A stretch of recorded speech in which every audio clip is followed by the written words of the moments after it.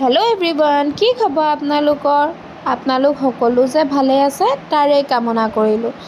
আজি মই আকৌ আহিছোঁ আপোনালোকৰ আগত আন এটি নতুন ভিডিঅ' লৈ। এই ভিডিঅ'টোত মই আপোনালোকক দেখাবলৈ গৈছোঁ যোৰহাটৰ এখনি হোমষ্টে', য'ত আপোনালোকে গৈ আৰামত থাকিব পাৰে। ঘৰৰ লেখীয়া পৰিৱেশ পাব। আপুনি যে ঘৰৰ বাহিৰত আছে তেনেকুৱা একেবাৰে নালাগে। আৰু এই হোমষ্টে'টোত আপোনালোকে লিভিং ৰুম, ডাইনিং এৰিয়া, দুটাকৈ ৰুম, এটা কিটচেন, এটা বেৰেণ্ডাটো দেখিলে আৰু সৰু বেলকনি এটাও পাব বেক চাইডে। আহক মই আপোনালোকক চব এটা এটাকৈ কৰি দেখাম। আৰু এই হোমষ্টে'টোৰ যিখিনি ৰেট আছে, যি ফেচিলিটিজ আছে, মই সেইখিনি আপোনাক লাষ্টলৈ জনাই দিম।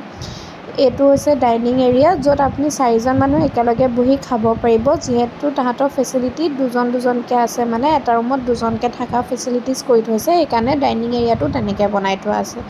এইটো হৈছে বেডৰুম। চাওকচোন, মই বিছনাখন দেখি মোৰ যে শুওঁ লাগিছে, সেইকাৰণে গৈ মই শুইহে দিছোঁ আৰু দেই।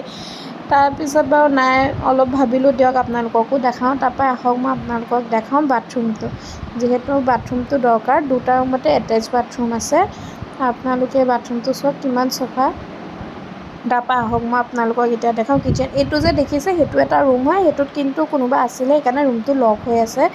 তেওঁলোক যিহেতু আৰাম কৰিছিলে, সেইকাৰণে মই ডিষ্টাৰ্ব নিদিলোঁ।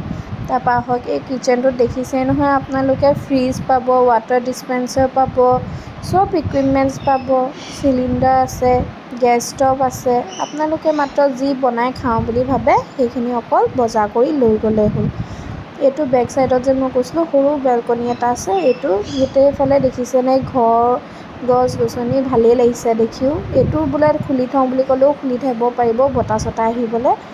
তাৰপিছত আৰু মই বোলো এইটো এটা কিটচেনৰ ওচৰতে বেচিন এটা তেওঁলোকে থৈ দিছে।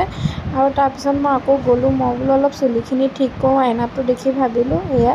তাৰপৰা ভাবিলোঁ নাই, এতিয়া যাওঁ অলপ চেঞ্জ কৰোঁ, চেঞ্জ কৰি মেলি অলপ দেৰি আৰাম কৰোঁ বুলি ভাবি তাৰপৰা গ'লোঁ ৰুমলৈ গৈ মেলি চেঞ্জ কৰি আহি মেলি আকৌ মই হলটোতে আহি বহি আছোঁ। যিহেতু মোৰ হলটো ইমানেই ভাল লাগিছে।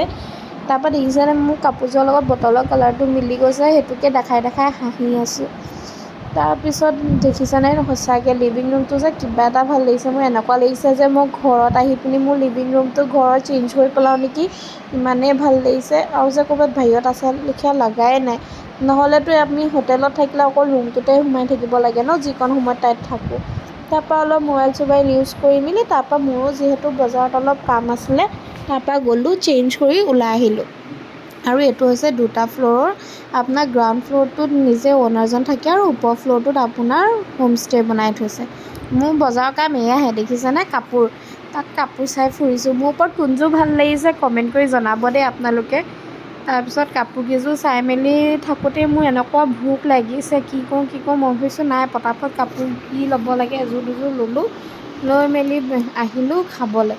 তাৰপৰা কি খাওঁ বুলিকৈ আহিলোঁ, মিঠাই খালোঁ। মিঠাই খাই মেলি আকৌ এতিয়া ৰাতি যে গৈ বনাই খাম বুলিকৈ ভাবিছোঁ হোমষ্টে'ত। তাৰ কাৰণে কি লৈ যাওঁ বুলি ভাবি বজাৰ চজাৰ কৰি মেলি আহিলোঁ ৰুমলৈ।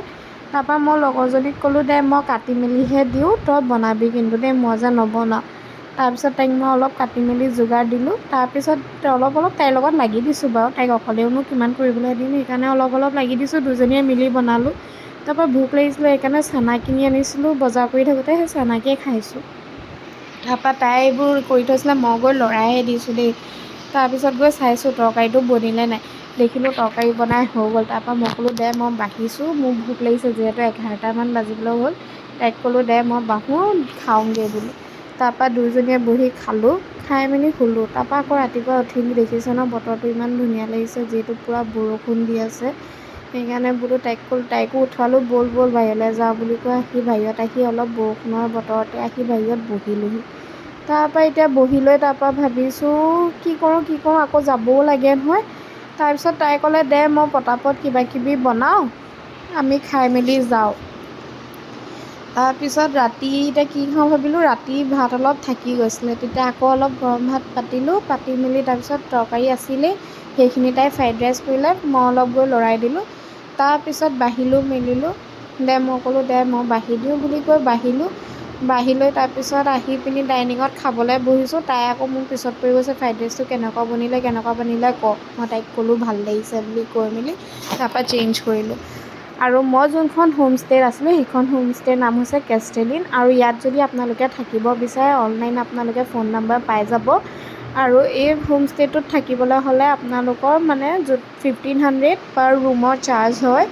আৰু যদি আপোনালোকে ভাবে কি আমি শ্বেয়াৰ নকৰোঁ, তাহাঁতৰ সেইটো 3000 পৰে নে 2000 কিবা এটা পৰে। আৰু যদি আপোনালোকে 4জন মানুহ আহে, তেতিয়া সিহঁতৰ 4জন মানুহৰ স্পেচিয়াছ হয়, সেইকাৰণে আপুনি 3000 ফুল দি ৰুমটো ল'ব পাৰে। আৰু যদি কোনোবা এক্সট্ৰা পাৰ্চন থাকে, সেইটো এক্সট্ৰা পাৰ পাৰ্চন। এই ভিডিঅ'টোলৈ আজি ইমানেই। থেংক ইউ আপোনালোকক।